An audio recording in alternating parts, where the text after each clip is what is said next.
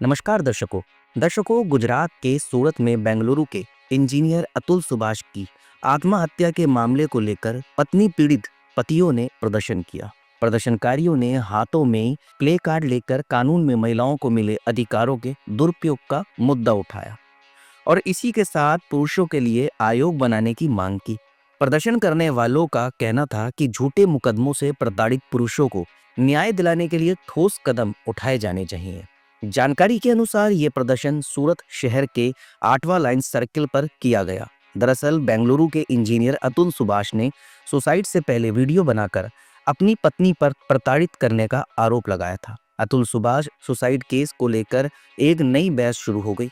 इसको लेकर कानून में महिलाओं को मिले अलग हक का दुरुपयोग किए जाने को लेकर चर्चा हो रही है। 8वां लाइन सर्कल में प्रदर्शन करने वालों ने प्ले कार्ड लेकर अतुल सुभाष के सुसाइड मामले में विरोध जताया। प्रदर्शन करने वाले पत्नी पीड़ित पतियों में से किसी ने प्ले कार्ड में मैन राइट्स और ह्यूमन राइट्स लिख रखा था, तो किसी ने 2014 से लेकर 2022 तक पुरुषों के सुसाइड केस के आंकड़े लिख रखे थे। कोई सरकार से पुरुष आयोग की गुहार लगा रहा था, तो किसी ने fake case is a crime against humanity लिख रखा था। किसी व्यक्ति ने सेव फैमिली सेव नेशन लिखकर प्रोटेस्ट किया। किसी प्ले कार्ड पर लिखा था मैन नॉट एटीएम। प्रोटेस्ट करने वालों ने अपने अंदाज में पुरुषों के दर्द को बयां किया।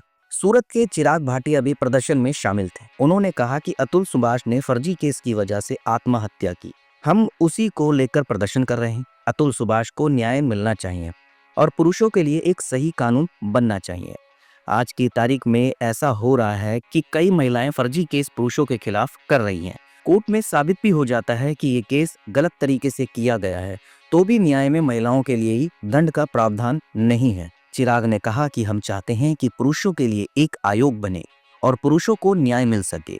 यहाँ पर हम जितने भी विक्टिम हैं, सबकी पत्नियों ने फर्जी मुकदमे कर रखे हैं। हम कोर्ट के धक्के खा रहे हैं। जहाँ हमारी गलती नहीं है, वहाँ भी हमको कोर्ट में साबित करना पड़ रहा है। हमारे साथ गलत हुआ है। हम मेंटेनेंस दे रहे हैं, इसके बावजूद पत्नी बच्चों से मिलने नहीं देती।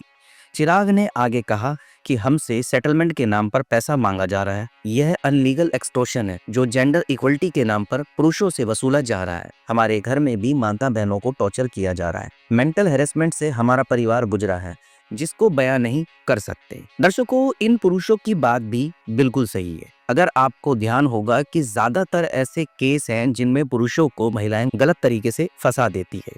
हम पूरा तो नहीं कह रहे कि सभी जगह ऐसा होता है, लेकिन ऐसा है। आज के समय में अगर एक महिला, एक लड़की ने किसी पुरुष पर यह आरोप लगा दिया कि हमें छेड़ रहा है या हमारे साथ बदतमीजी कर रहा है, मतलब एक फेक, तो पुलिस बिना सोचे बिना समझे उस इंसान को उठा लेगी। ये ज्यादातर लोगों के साथ हुआ है। कई तो ऐसे लोग हैं कि झूठे केस में जिनको 10-10 साल जेल में सड़ा दिया है, लेकिन बाद में जब पता लगा कोर्ट को, तो वो बेगुनाह निकला, लेकिन उसके 10 साल तो खराब हुए ना। तो ये बिल्कुल सच बात है। इन पत्नी पीड़ित पतियों का जो कहना है, ये बिल्कुल सत्य है कि पुरुषों के लिए भी कोई कानून बनना चाहिए, जिसमें अगर पुरुष गलत साबित हो तो पुरुष को सजा मिलनी चाहिए, लेकिन अगर पुरुष सही है तो कम से कम उसकी पत्नी या कोई भी महिला जो उन पे झूठे आरोप लगाती है, उनको भी सजा मिलनी चाहिए। आपका इस पर क्या कहना है, आप हमें कमेंट के माध्यम से बता सकते हैं।